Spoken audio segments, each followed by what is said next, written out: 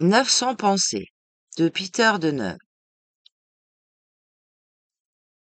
Chapitre 3. L'aura de l'être humain. Un jour, on verra l'enveloppe qui existe autour du corps humain. C'est elle qui assure la bonne santé, en régularisant la chaleur de l'organisme.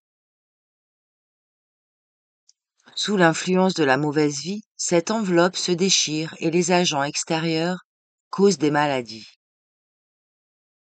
Cette enveloppe magnétique couvre tous les organes et toutes les cellules de l'être. L'aura est la peau du corps mental. L'être humain doit avoir une aura saine s'il veut réussir dans sa vie. C'est de l'intelligence de l'être humain que dépend son aura. Quelles que soient les circonstances pour vous, ne leur permettez pas de vous gêner. Ce qui vous tourmente est plus fort que vous. Si vous devenez plus fort que lui, il vous quittera. Une idée vous tourmentera jusqu'au moment où vous l'aurez comprise. Un désir ou une attitude vous gêneront avant que vous n'ayez pas compris leur sens. Mais dès que vous l'aurez comprise, toutes les difficultés disparaîtront. C'est uniquement notre incompréhension qui estropie notre aura. La bonté et les bienfaits constituent la nourriture de l'aura humaine. C'est par la pensée concentrée et par la prière consciente que chacun peut se défendre contre toutes les mauvaises influences de l'extérieur. En étant protégé, il ne prend pas froid et ne sera pas atteint d'une maladie contagieuse. Dans votre âme, vous ne devez humilier jamais personne. Vous respecterez tout le monde et vous ne vous mêlerez pas de l'aura de qui que ce soit. Si vous avez constamment peur, vous déréglerez votre aura. Alors, votre force ne pourra pas se manifester. Ne laissez jamais la peur pénétrer dans votre âme. Ne permettez pas que votre écorce soit épluchée. Il se peut que quelqu'un veuille agir sur votre aura. Celle-ci étant troublée, la force humaine est tout de suite paralysée. Or, celui qui veut travailler doit être calme. L'être humain doit être observé et accepté par autrui de loin, à des milliers de kilomètres. Si tu t'approches trop de quelqu'un, tu ne pourras pas le voir. La cause en est le fait que vos auras se pénètrent, s'entrelacent et se gênent. Dans ce cas, au lieu de vous entraider, vous allez vous embarrasser l'un l'autre. Donc, lors de nos conférences ou en société, laissez une distance d'1 mètre entre vous. Si tu aimes un élément, tu l'attireras. Lorsque l'intelligence est orientée vers l'extérieur, l'aura est troublée. Tu ne seras invulnérable aux agressions de l'extérieur, aux ambitions basses et à toute influence, qu'en créant une barrière, moyennant la prière. En élevant les vibrations de ton aura, tu te défendras contre toute agression de la part du mal. La prière est une méthode puissante de protection. Chapitre 4. Avenir. L'humain est sur la Terre depuis 18 millions d'années et y restera encore de nombreuses années. Lors de l'époque de la 6e race, on voyagera librement jusqu'à la Lune et aux autres planètes.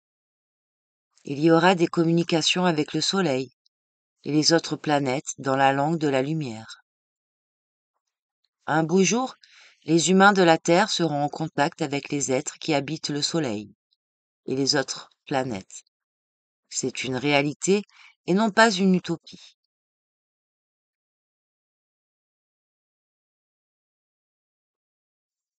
Apprenez aussi par l'intermédiaire de vos amis, remerciez vos bons amis visibles et invisibles, qui vous secourent lorsque vous vous adressez à eux. Là où se trouve la vie raisonnable et intelligente, c'est là que sont vos amis. Donc, c'est de vos relations avec eux que dépend votre avenir. La civilisation actuelle est une civilisation de mensonges, d'hypocrisie et de cruauté. Un beau jour, nul souvenir n'en restera. C'est après que viendra le bien et le beau sur terre. Ne fixez jamais d'avance comment doit se dérouler votre vie, qu'elle soit telle que Dieu l'a déterminée. Il vous a donné une bouche d'or pour que vous ne disiez nul mot amer. Il vous a donné des yeux précieux, tels des diamants, pour que la plus belle lumière en jaillisse. Les humains de l'avenir seront appelés fils de la lumière. Ils seront transparents.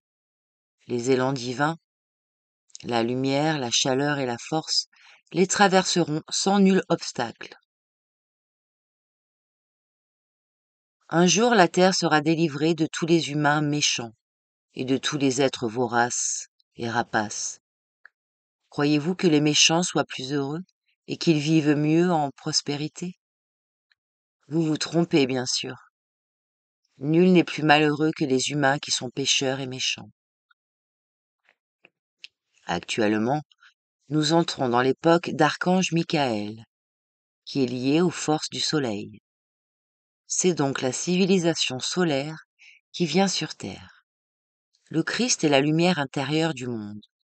Tous les esprits des ténèbres fuient devant cette lumière intérieure. Dans quelques millénaires, nous pourrons voyager à notre guise jusqu'au Soleil et aux autres planètes.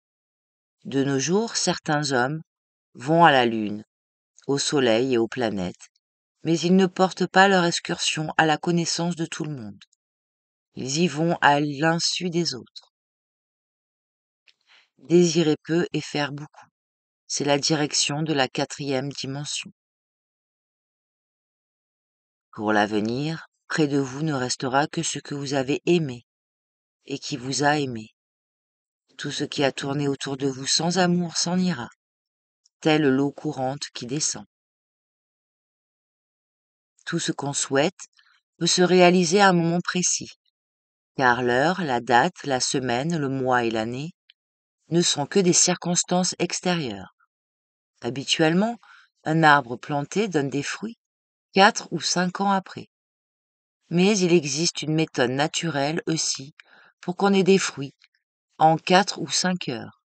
Je ne vous dis ces choses qu'en guise d'information, car tout cela arrivera dans l'avenir.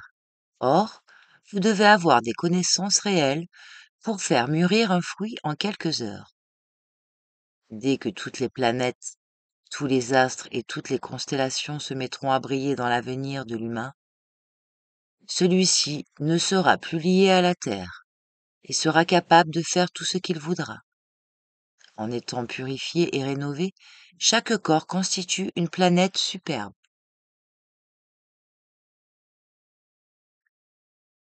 Les êtres de la 6e race chaufferont et éclaireront leur maison, d'une manière tout à fait différente de la nôtre. Leur arrivée sera accompagnée d'un rayonnement azuré, tout particulier au ciel. Puis, s'il y aura des modifications dans l'atmosphère et dans l'état d'âme des êtres humains. Tous les êtres intelligents œuvrent assidûment et purifient tant l'atmosphère physique que l'atmosphère spirituelle de la Terre.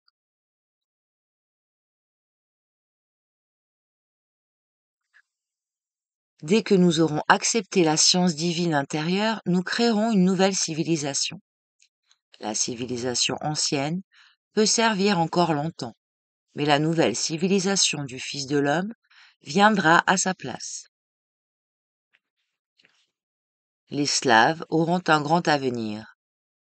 7000 êtres évolués, des adeptes seront incarnés au sein des peuples slaves avant la fin du XXe siècle. Ce sont eux qui constitueront une vague de l'avancement social. Les plus intelligents, les meilleurs viendront au monde parmi les Slaves, dont la devise sera fraternité et amour. Lorsque l'humain est sur Terre, l'âme habite le corps pendant une grande partie du temps. Dans l'avenir, le corps sera plus perfectionné. À son gré, l'être humain pourra devenir invisible, soit liquide, soit gazeux, et aller sur le soleil. La nouvelle civilisation qui vient sur Terre modifiera radicalement les êtres humains. Ceux-ci auront des connaissances nouvelles et pourront transformer la matière. À partir d'un état, ils obtiendront un autre. La vitesse de la lumière n'est pas statique, et ce n'est pas la limite de toutes les vitesses non plus. Il existe des rayonnements dont la vitesse est de loin plus grande que celle de la lumière. Et un jour viendra où l'homme pourra aller, sur l'instant, à une autre planète, ou bien dans une autre galaxie. Dans l'avenir, les êtres humains prendront leur nourriture directement de la nature, comme ils en prennent l'air. Alors le blé ne sera pas moulu, les denrées alimentaires ne seront pas stockées dans les granges, et les caves ou en boîte, elles ne seront plus découpées en petits morceaux. Un jour, après avoir appris les lois pour gouverner, ces cellules, pour élargir ou amoindrir son corps, pour se découper dans l'espace et puis s'unir, l'homme traversera toutes les difficultés, tous les abîmes, tous les obstacles, sans qu'il en soit lésé. Par la force de sa volonté, il pourra voler dans l'air tel un oiseau et voyager de la terre au soleil. Il y a des adeptes qui font tout cela, même à notre époque. De nos jours, si une personne affirme avoir sa foi en Dieu, ou d'avoir parlé avec son grand-père qui était mort, tout le monde la traitera de folle. Au contraire, si l'on n'est pas croyant, si l'on ne parle pas avec ceux qui sont partis pour le delà, on est toujours sensé et judicieux. Pourtant, dans l'avenir, tous les êtres humains auront un mode de pensée tout à fait transformé et leur vie changera aussi. La terre sous le Pacifique est couverte d'eau, mais émergera. Ce sera le 6e continent. Surviendront de grands changements, spirituels, intellectuels et physiques. Le soleil et la lune changeront aussi. Cette vie s'en va pour faire place à la nouvelle vie. La matière changera. C'est du soleil que viennent d'énormes courants magnétiques qui soulèvent et ozonisent le continent. Une partie de la France, de la Belgique, de la Grèce et de l'Asie, peu à peu sera submergée. Le Sahara sera inondé. Alors une civilisation nouvelle et un climat nouveau seront créés. L'Europe deviendra une île des Blancs. En ayant l'amour et la sagesse dans son corps, l'être humain aura toutes les conditions pour atteindre l'immortalité. Viendra une époque où chacun devra transformer sa conscience. Cette mutation sera provoquée par les changements de l'atmosphère. Et alors, dans les conditions nouvelles, personne ne pourra exister avec sa conscience ancienne. Les conditions nouvelles exigeront des consciences nouvelles. Dans l'avenir, l'électricité sera transportable sans fil. Alors chaque être aura sa propre lampe, car sa tête brillera à son gré. Il l'allumera ou l'éteindra. Viendra un jour où les gens auront pour éclairage l'énergie de leur propre pensée. Ceci sera réalisé après le changement radical de notre Terre. Dès que la neige et la glace auront fondu et que l'eau aura inondé la Terre, c'est dans la boue de celle-ci que pousseront les plus belles fleurs et les meilleurs arbres fruitiers. Le bien viendra des pires êtres humains. Peu importe si vous le croyez ou non, lorsque le soleil brillera de toutes ses forces, ce sont eux qui auront la plus grande abnégation de soi. Ils seront les plus assidus au travail et les messagers des idées nouvelles. Dans l'avenir, les communications entre le monde visible et le monde invisible seront rétablies. Certains parmi vous en seront témoins.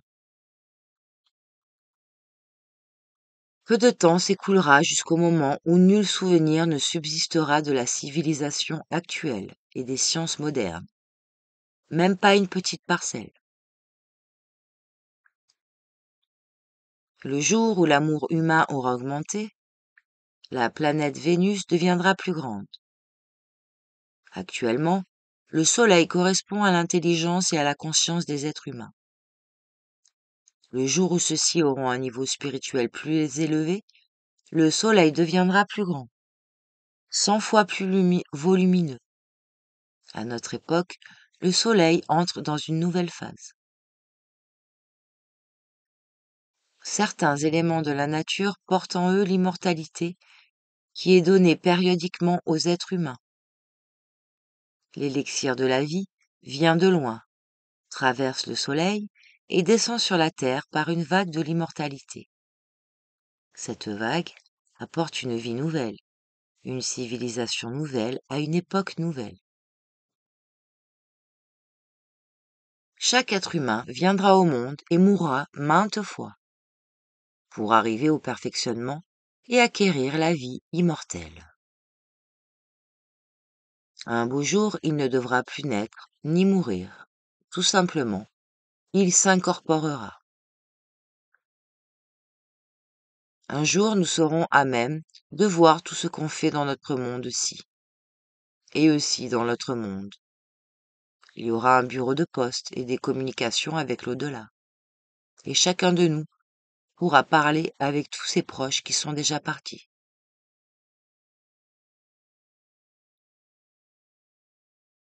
La civilisation actuelle doit délaisser la houille et le charbon. Dans l'avenir, les savants devront utiliser l'énergie solaire, un combustible pour le chauffage et pour l'éclairage. Le grand océan est en train de se préparer pour une civilisation future. Le continent nouveau émergera du grand océan. Certains territoires seront submergés. La Terre changera du point de vue climatique et organique. Approche l'époque où elle fera un contact avec un autre système solaire, qui influencera énormément le nôtre. Dans l'avenir, le pain, les fruits et tous les aliments seront à l'intérieur de l'être humain, lui-même. Il suffira que nous pensions à une poire et elle surgira sur le champ, devant nous. Dans la montagne, il suffira que nous pensions à une source et elle jaillira tout de suite devant nous. La substance de la Terre est en train de se transformer. Les cerveaux humains changent aussi. Un jour, vous vous réveillerez et comprendrez que vos cerveaux ne sont plus les mêmes. Viendra un jour où vous écouterez à la radio ce qu'on parle sur le soleil. L'être humain n'a pas encore assimilé la substance originelle dont il pourra édifier son corps nouveau. C'est dans cette substance nouvelle qu'il entrera un jour pour y exister. Il n'est pas encore à même de comprendre comment elle pourra être créée sans l'homme et la femme. Mais la création de cette matière n'exigera pas la présence d'un homme et d'une femme. L'être humain viendra au monde tout seul, sans avoir besoin de mère ni de père. Il sera l'homme et la femme à la fois. Viendra un jour où les êtres humains s'uniront par leurs pensées et sentiments, et seront si raisonnables qu'ils seront comme un seul être pensant. Il y aura une diversité extérieure et une unité intérieure. On est en train de se préparer pour cet ordre nouveau. Ce jour n'est pas très loin. Même dans notre siècle, les gens seront témoins d'un ordre nouveau. Dans l'avenir, Les médecins ne couperont plus la peau pour étudier le corps humain. Pour faire le diagnostic, tous les médecins utiliseront la voyance. Le médecin fera l'examen du malade de l'extérieur et de l'intérieur sans y toucher, parce que pour lui la matière sera transparente et le corps humain sera éclairé.